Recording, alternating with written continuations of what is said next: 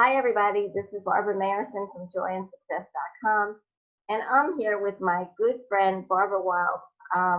She's an amazing person. We did a teleseminar classes together almost 13 years ago. And she's just an amazing person. And instead of like saying what she's all about, I'm going to let you find out what she's all about through her voice. So welcome, Barbara. Thank you for being here with me. Thank you. It's great to be back with you after all these years. Yeah, one thing that as I'm getting older, my memory's a little not there sometimes, but one of the things I really remembered about you was you put such an amazing, wonderful, positive spin on everything. And I love that about you. And well, before I even go in there, I'll just show you. This is the book that I found with Barbara. Money is Love, and it's just an amazing book. And I don't know if you can see it. It's not high enough. That's how we met originally. But all the things that we're going through right now with the coronavirus and the money and the stocks and all of that kind of stuff and staying isolated, I really wanted to know what was going on in your mind and what your thoughts were about all of this and to get your positive spin on everything. So take it away, Barb. Oh, well,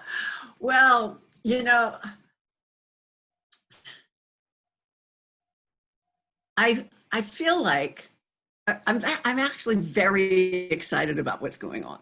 And I mean, and it doesn't mean that I don't care that there's a lot of people that are suffering and people getting sick and some people dying. Of course, my heart goes out, and I have great compassion for the suffering that's happening. But there's another level that's happening, and we always have to go through a certain amount of pain to get to make a breakthrough, to come into a new level of something, to create something really good. Because there's so much, and what I feel like is that we're at a place that I'm referring to, and many other people are too, not just myself, that this is the Great Awakening. The Great Awakening of humanity. We have been, I've been doing this work for the spiritual work I do, and the healing and the metaphysical work I do consciously and on purpose for 45 years. Yeah. So for 45 years, I've been it's been my desire and my focus to help bring help in my own little way, because we're all got to do this. It's not just, one person who does this in the Great Awakening. It's all about all of us, right. Or many of us doing it together. And that has been really my main focus for 45 years. I've done lots of other things, but that's what I care about. And that Great Awakening is about a new way of living together, a new culture, a culture that is not a top-down culture, not a culture based on competition and fear, but a culture that's based on love and cooperation. Mm-hmm. And a lot of these 45 years, I've had a lot of people that told me I was silly or stupid or, just pie in the sky, but it's not. And that's something that's always kept me going, because it's truth. It's really truth. It's a time now in history like nothing we've ever seen ever before, where we are opening our DNA is literally changing. And the way we think and the way we communicate with our inner selves is changing, so that we are not such a split down the middle, but we are this coming to be unified within. I teach people in a lot of my classes how to have a love affair within yourself. Mm-hmm. So that we each have what I call a dynamic side and a magnetic side, or a yin and a yang, you know, that masculine and feminine within, and that masculine and feminine beat those parts of ourselves. It's time for them to start to fall in love with each other. And as we do that within ourselves, that is coming together in the whole world, because we are humanity is a collective consciousness. Do you think, like, I just got an email from somebody who's very much into Course in Miracles, and she writes a lot of really wonderful things. And she was just saying that the old way is crumbling. We have to start a new way, which is exactly what you're talking about. That we need a new way. And I'm thinking, like, all the fear that everybody is feeling right now, it's been building up and building up and building up. And now it's coming to this. And maybe through this, the fear will start to dissipate, and the better thoughts of people, the reverends out there and the pastors out there are talking about, like, a higher reason for all of this, as you are, and that it'll be just like much, much better when this is all over. Yes, it's somebody, a friend of mine, just told me last night that he was talking to a reverend, because he's a Christian minister himself, and he was talking yesterday to a reverend who said that God has sent us all to our rooms so that we can Have a time. we can sit and think about what we've done and what we need to do, right? Right. What Yeah. we need to do to be better children to come out of our rooms. I love that. I think that's great, because it's true. It's like, you know, when I see when you go to the supermarket, and you know, all the shelves are gone and everybody's freaking out and crazy about that. And it's like, yeah, like realizing, and now they're putting only 2 items. You can only get 2 rolled things of toilet paper, and like maybe people will realize I've been only focusing on me, and now it's time to start. You know, I've been a bad little child, and I need to focus on other people in this world. I can't be a selfish little 2-year-old anymore. And I love that. I think that's really great. And you know, all of our selfishness and everything is all about fear, and this goes directly to money as love, and my philosophy, because we live in this culture, this top-down culture, and we live with a lie that we've lived with for around 5,000 years, that there's not enough money to go around. Right. And therefore, we all have to be in fear all of the time. So this thing that we're living through right now, the health risk is fearful, people are very afraid of the health risk, but more than being afraid of the health risk, I think more people are afraid of the money problem, the money, not having enough money, not being able to go to work, not having the stock market crash, all of because that's survival. You see how they're exactly alike. Health and wealth are exactly the same thing about survival, right? Yeah. And so the fear us to treat each other badly, because we're all competing all the time for this false belief that there's only this much money to go around, which is absurd. And it's not like I've noticed myself, like it's not only just money, it's the toilet paper, it's the paper towels, and Right. it's lack of everything. Lack is such a big thing. And I've seen it myself, and I'm healing it more myself now. And I went to the supermarket today, and I didn't need toilet paper. I didn't need napkins, but I got caught up in everybody else's stuff. And I went to buy it, and then I said, Barb, you don't need it. Leave it here, which I did. I was really proud of myself that I leave it for somebody else who can have it. And like I was thinking about other people, and that hoarding is such a scary thing. Like people hoard and they buy so much because they're afraid they're going to run out of whatever. And actually money is, it's this money and then toilet paper and paper towels, like this, list of but it's true. It's like, we have, I think people will start to realize how mean they've been to other people, and that they really need to start thinking about others, and that's what you're bringing out.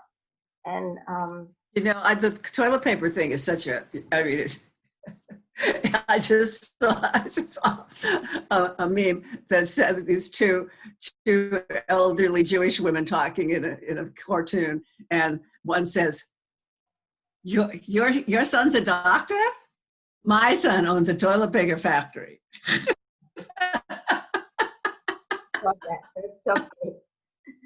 It's like, I think when people will start to lighten up a little bit and realize it's, I think one of the things that has been upsetting for me is like law of attraction. What you focus on is what you get all the time. And these politicians, all they ever do is they talk about it all day long on TV, and everybody's like, and even I have a hard time staying away from it. But if people really get that, the more they focus on it, the more it's gonna. That's why it's getting so bad, because they're focused on all this negative stuff. And if they start to lighten up a little bit, and I mean, I'm hearing little pieces of people that are very influential, and I'm thinking, why don't you get up there and talk about law of attraction, because they understand it, but they're not talking about it. But little by little, I think the world is going to start getting that lightening up a little bit. I know, like, there's a lot of wonderful things happening, online classes and exercise things, and a lot of free stuff going on. And so I think you're right. I think, like, we really are seeing, well, we'll see little by little a change, and everybody being much better to each other. Yes, I was taking a walk yesterday, and on the sidewalk, when I turned the corner, on the sidewalk in chalk, it was a big heart, and then it said, "We're all in this together." Oh, that is so wonderful. That was so wonderful.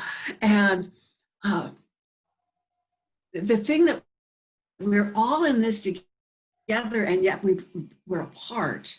And the interesting thing about because everything's energy. Right. Everything is about energy, and how energy moves, and how we feel with energy, and how we share energy.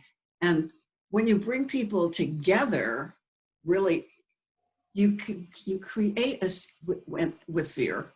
When everybody's together with fear, that, like you were saying, you start picking up that energy, right? And that creates mob consciousness. Right.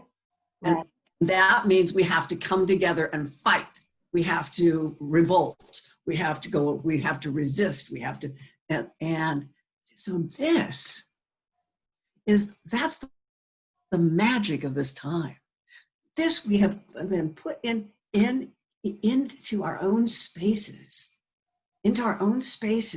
where we have to deal with our own fear, as opposed to getting together with everybody's fear. And because when we get together with everybody's fear, we feel powerless. We give up our power to the mob, to the mass consciousness.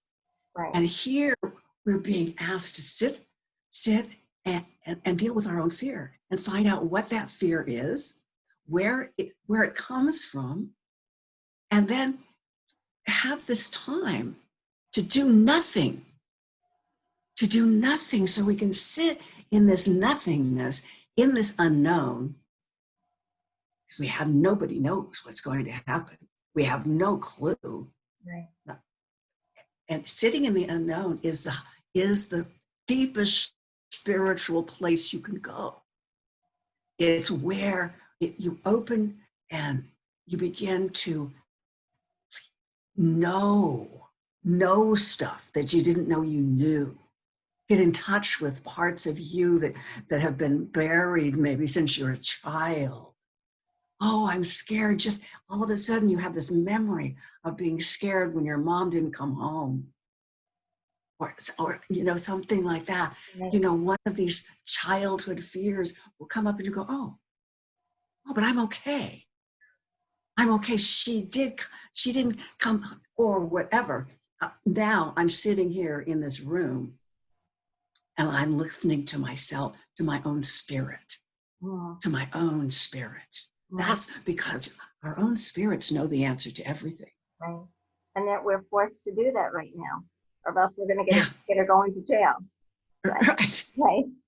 And It's like, and people are honoring that. A lot of them are honoring it. Maybe not everybody, but a lot of them are honoring that. And yeah, that's exactly it. And I never thought of it like that. But yeah, like I mean, I've gotten deeper and I've gotten more in touch with my spirit and learning things.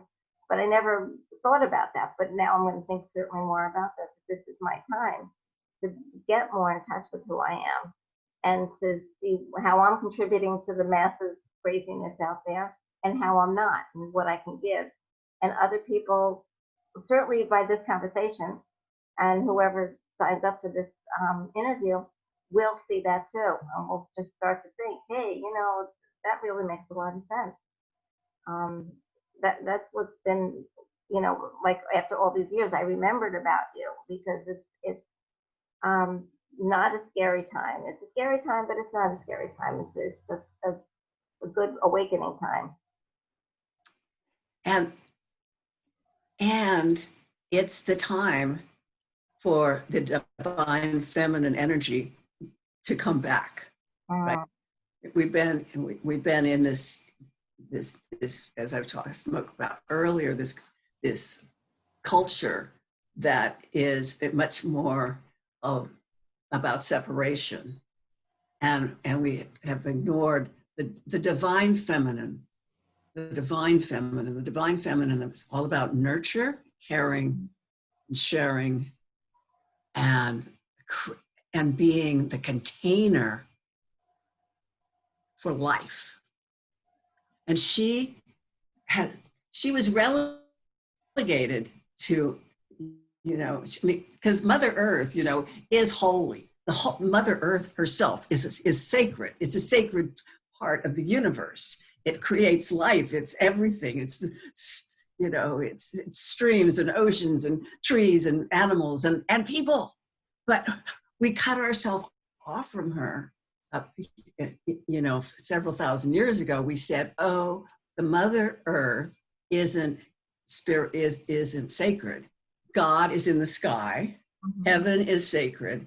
Everything below the earth is hell."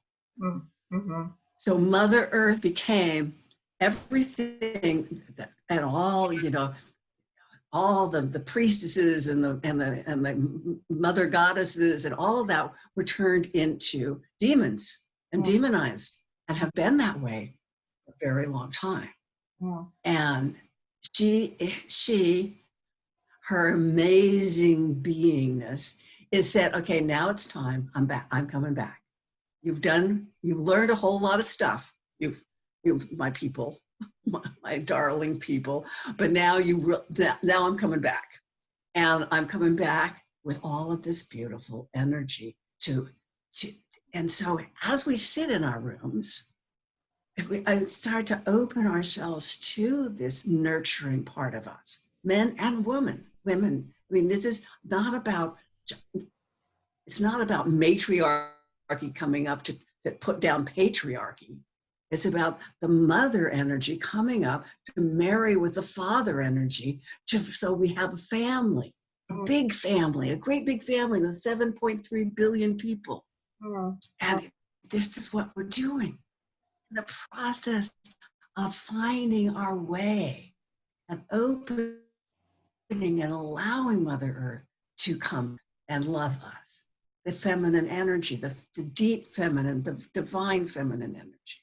And she's here and she's loving us. If Money Has Love, the book that you've just held up, the goddess on the front of that book is the goddess Kuan Yin. And Kuan Yin is the goddess of compassion. And I think compassion is the major thing that's starting to open our hearts right now. And I think a lot of people, women included, don't want to think that they need that love and compassion and nurturing. It's tough.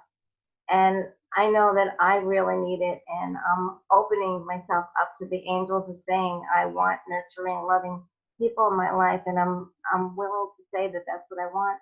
And I think so many people want that desperately, but they're too afraid to ask for it. They're too afraid. They think it makes them weak. And now maybe Exactly. they'll say, I really, my dad is 96 and he's just sold his New York house and he's been in Florida. But every time he was here last summer, he would always give me a hug. And now it's like I miss his hugs. I mean, he's in Florida, obviously I can't get them, and I couldn't get them anyway at this point unless we were actually living together. But it's like to ask for hugs and ask for people to just be there for us. And we're afraid to do that. I think as a society, we're afraid to do that. And just, I just need a hug. I want a nurturing conversation. I just something simple. And this is bringing, right now we're physically isolated from people, and we can't get that for the most part. But I think this is going to bring it back, bring it even on a deep level. I think you're absolutely right. And people are giving virtual hugs, and there's an emoji with the hug. The hug emoji I see is very much used all the time right now. We need these hugs, and we forgot. You see, it's been such a long time since we honored, this nurturing, kindness, compassion, love, from the feminine, because and then you and I are in the generation that have been through from the beginning of feminism. Well, not quite the beginning, but from and women didn't have a divine feminine role model to follow when we started taking on going into the corporate world. And I have a girlfriend who was the first woman to work on an offshore oil rig. Wow. So we still talk a lot, and she's on a spiritual path too. She's one of my spiritual sisters, and so everybody, the only role model for having a place in the world economy was the male role model, which was all about winning and getting it and fighting it. And so generations of women now have had to think they had to be that, to be strong, to be powerful. And yet the most powerful thing in the world is the feminine. Because love and nurture, and not that men don't have love and nurture, but we all have it within ourselves. Love and nurture is what, grows babies and children and takes care of and creates, in such a wonderful, powerful way. But there's been this put down on it for so long. And so, we all have to kind of relax and say, oh yeah, listen, what's in my heart? What's my heart want? Yeah. What's my heart want? And I think this whole thing about, oh, I'm sorry. No, I know, I completely agree with you. And I think that this time of what's happening now, we'll start bringing that out to people and letting people, and even crying. People are crying and getting upset, and just, it's releasing so much negativity and sadness and grief. And I think, like, with all the sadness and grief, you're really missing you, and missing who we really are. And we have to, people can be in a room full of people and be very, very lonely, or people can be by themselves and feel good. And we really need to get back to loving who we are and feeling that, and sad for all the times that we've lost ourselves, and now we're coming back. And that's a beautiful thing. You're just so right. It's just this, and I think that first step in our wonderful, sheltering in place, is that first step is coming to, there's the first step is fear, and there's some anger, there's anger and fear, they go hand in hand, they just love each other. And but the next step is the grief, is the sadness. Yeah. And allowing ourselves, because we're alone, because we're not out there having to be tough all the time every day, allowing the crying to happen, allowing yourself to just be okay with crying. It's like you don't even have to be crying, even know what you're crying about. It's just a release of the tension, you know, and the grief of, you know, of not having enough love. Yeah, and you don't have to be on high alert all the time. Like I don't know if you do tapping. I'm very much into tapping and EFT, and our bodies are so tight all the time and tense all the time. And then just to be able to release, and just to realize it, give your body a chance to relax. And if that means crying, and if that means being sad, or whatever it means, it's okay. And I think that we're getting back to that place, and it's really, it's going to be great. I mean, it could be great now. It's like, you know, if I can notice what I did at the supermarket this morning, maybe somebody else could notice, you know, I'm taking too much. Maybe I don't really need this. Let me leave it for someone else. And I'm finding that even this is a lot more calmness at the supermarket. Still a lot of empty shelves, but there are other things that are coming back, and that they're there. And it feels like things are turning around. Even though listening to all the politicians, you never know it. But it just feels like things are getting better. And I think it's getting to them. This loving, nurturing is getting to them faster than anyone ever expected.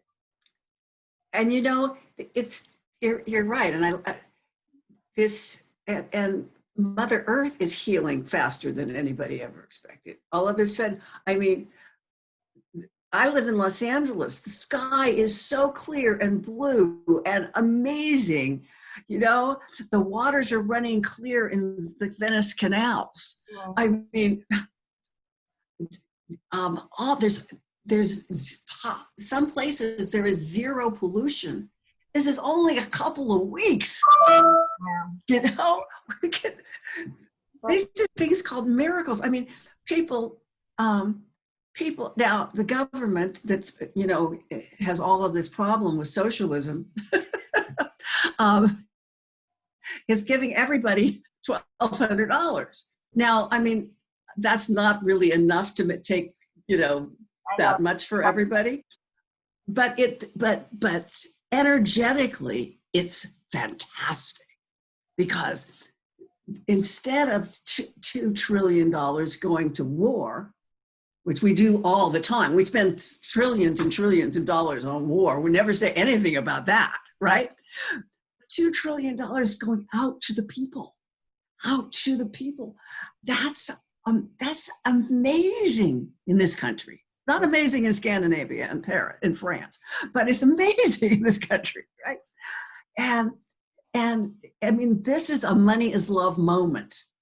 This is a shifting of how the money moves. Yeah. Coming like from the root chakra down to up to the heart, and like letting it open up into the heart, and then giving it out and getting it in is heartfelt. And I think that more people realize that, and they'll ease up on their own fears about money and fears about lack. And no, I'm listening to also another thing that says, can you just, do you want to hoard, or can you just let things come to you as you need them? And being able to trust that when I need toilet paper, I'll be able to go out and get toilet paper, and it'll be there. And if there's something, I had written down a blog the other day about spinach, frozen spinach, and I didn't need any, but I got so caught up in the frenzy of everybody else, I bought one, and I thought, and I wrote it down saying, trust that if they didn't have any frozen spinach when I wanted it, well, maybe I'll find another vegetable. They'll be there. And to trust that I may not get the frozen spinach, but I'll get something else. And to be able to trust that. And I think trust is such a big thing that people have not been trusting.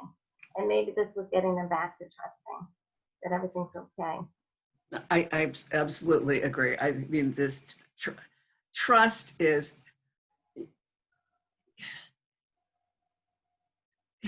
I mean, everything you just said, Barbara, is exactly what I've, you know, been talking about for so many years, is that money is love isn't about getting a whole bunch of money and holding on to it and having and loving it. You know, it's about that love flows constantly. Love flows constantly. You can't hold on to it. You can't hold on to it. You just have to keep letting it flow through you. Right. And money is that the same thing when we trust that it's always there. Yeah. Yeah. And that's And that we're always taking care of whatever it looks like. yeah. And I love the analogy of the spinach, or heck, maybe I'll just have kale. Right. You know? Right. And you know, and notice, like, and I was like so noticing, I got caught up in everybody, oh my God, is like, you know, I better buy this frozen spinach because I'm not going to get it again. Then I got Right. caught up in that whole thing. And instead Yeah. of saying, if I don't have spinach, I'll find something else. Yeah. And the universe or God or the angels, whoever, will bring me whatever it is I need, and trust in that. Trust in that. And as we sit alone, or with our families, but small units, and begin to see the bigger picture of trust, of what we can, starting with that, you know, the microcosm that you're talking about, and then the macrocosm of when we just can trust that we are part of the universe. We're part of being taken care of. We're part of the flow. We're Yeah. part of it. And something that comes into our lives that looks like lack, if we're here all of a sudden alone and in the unknown and opening up, go, oh, but what am I learning from this? Why did this feeling of lack come up? What is this? Oh, this is part of my learning, so that I become a deeper, more expanded, more enlightened human being. Right. As opposed to fighting everything that we think isn't like we really want to have it. So we give up the ideas of what life is supposed to be and flow into what our lives, our very own particular lives, came to do, to be. Yeah, I mean, you can say it better. I mean, it's just been amazing. And, you know, I know that this interview is going to give so many people food for thought, and they're really going to go deeper. You said it all. You was just absolutely amazing. And I'm so grateful that you came on here to let people realize that there's a lot of good that's going to come out of this. And it's coming out now. And thank you so much for being a part of this. I'm just so grateful for you for being here, and reconnecting with you again after all these years. Oh, honey, it's really wonderful to connect with you, and it was a great conversation. I mean, we're both here, you know, we're just doing our part, each one of us, and coming together and bringing our parts and going, oh, look, our parts look a lot alike. Isn't that interesting? And we're doing it from a whole, you know, from different parts of the country and I different know, parts. 6,000 miles away here. Well, thank you so much, Barb. And I want to thank everybody who's listening to this. And they can reach me through joyandsuccess.com and barbarawilder.com, and reach Barbara. And it's all good. It's all good. It's wonderful. Blessings to you, my dear Barbara. Thank you for having me.